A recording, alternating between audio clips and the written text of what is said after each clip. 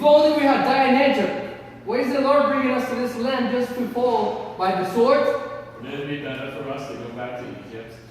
No, no. Do not rebel against the Lord.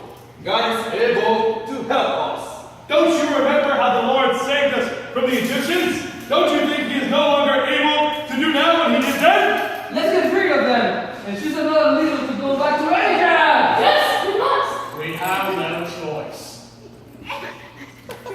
Back to Egypt. Back to Egypt. Back to Egypt. Back to Egypt. Back to Egypt. Back to How long will these people treat me with contempt?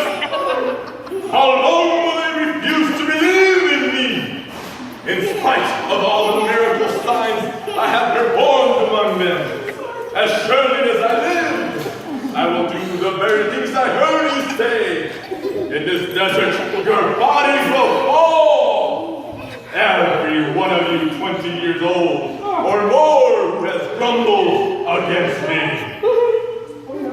Not one of you will enter the land except Caleb and Joshua. But I will bring your children into the land to enjoy the fruit of it. So after a while,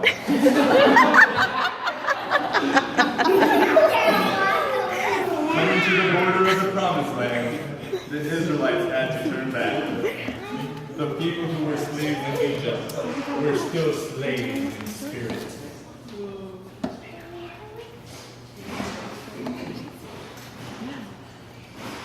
We could have had the land our Lord has promised, but we couldn't see beyond our foolish fears. Now we will only see it from a distance and wander in this desert for 40 years.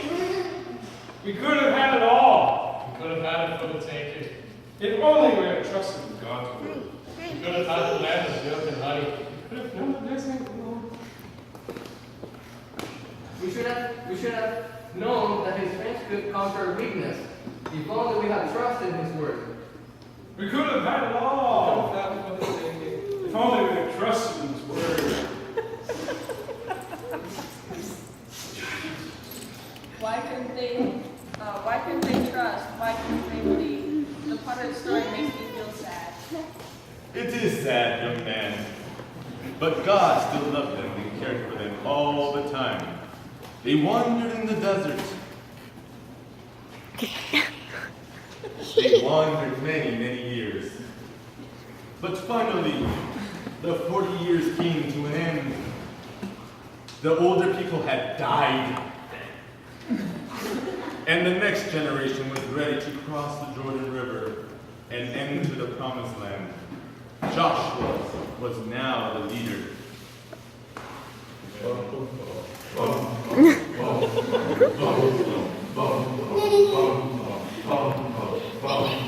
Many things we have passed, across the promised land at last. Joshua was by the hand, the Davis monster Canaan land.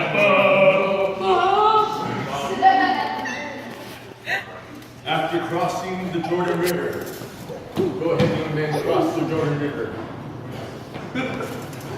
The Israelites prepared to capture some of the fortified cities of Canaan. One of these was Jericho. God told Joshua exactly how to go about it. March around the city once for 6 days. Have 7 priests carry trumpets in front of the ark. On the 7th day, march around the city 7 times. When you hear a loud trumpet blast, everyone shout! What do you think of these instructions? Strange, very strange.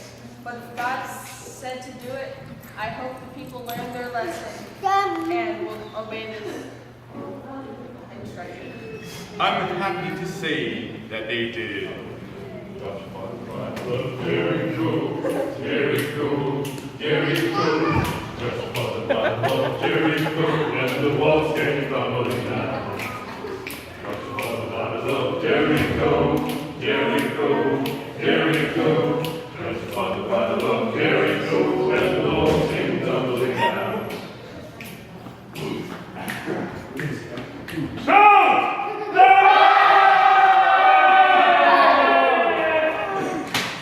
Once again, the Israelites had seen believing that God is the one who would fight their battles for them. Joshua fought many more battles and was a courageous and fearless leader.